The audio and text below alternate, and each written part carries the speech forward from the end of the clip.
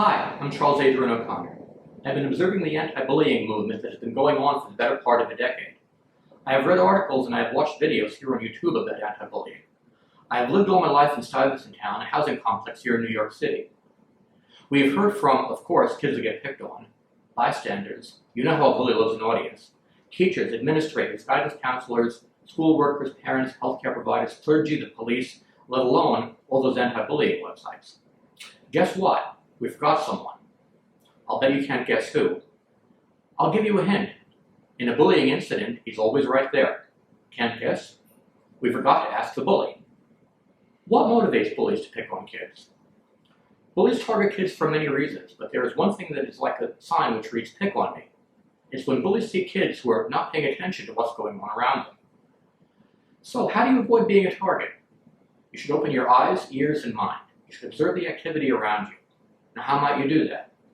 You should observe your environment carefully and take in all the things going on around you. Don't actually stare right at someone. That's rude and it can startle people and be taken as a threat. Now, how do you watch others without looking directly at them? Use your peripheral vision, the outer corners of your eyes. We can see a lot that way. Watch how kids carry themselves, their body language, facial expressions. See who hangs out together. Do your observing at appropriate times, like on your way to and from school, waiting for the first bell, lunch, recess, or when changing classes. Not in the middle of a test. Who knows, you might even find a kid who needs a friend. Try to anticipate trouble before it happens. You could try to make more friends. How can you evaluate yourself? Take a look in the mirror and see if there's anything about you that you might want to change. You could ask a friend to point out anything that could use an adjustment. Ask your family. What about physical altercations? There are classes where you can learn simple self-defense moves to protect yourself if an unpleasant encounter is not avoidable. And do try to alert an adult. Now, frankly, and I know that if you were a teacher or any kind of school official watching this, you do not want to hear this, but I'm going to say it anyway. I found that teachers and other school officials were not very efficient or forceful about bullying. Many of them feel that they don't get paid enough to deal with it, and I have arrived at the conclusion that they actually like a certain amount of trouble to happen. After all, the wise guys do make life at school more exciting.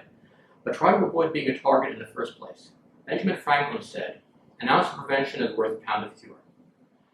Don't get the wrong impression. I am not defending bullies. I was bullied myself as a child, so I'm the last person to defend bullies or to criticize anyone for being their target. I feel that since the bully is in there, his perspective should be considered.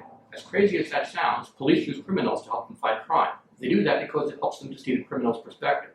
So why not use bullies in the fight against bullies? Let me point out an unpleasant but very important reality.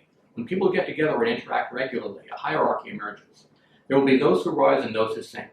A group is going to pick on someone. Try not to be that one. Bullies might try to be more like the kids they pick on. I don't mean that bullies should become shy, but maybe you could learn to treat others better.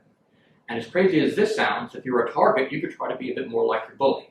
I don't mean by picking on kids, but maybe you could observe your bully and see how he behaves. You might learn to just be more aggressive at times when it's appropriate and necessary to be more aggressive. Take the initiative and leave your comfort zone. Thanks for watching this video, and good luck in school as we come out of COVID-19. Kids go back to the classroom this fall, so my timing is good. This is early July, so that gives you the summer to prepare. Do well in school.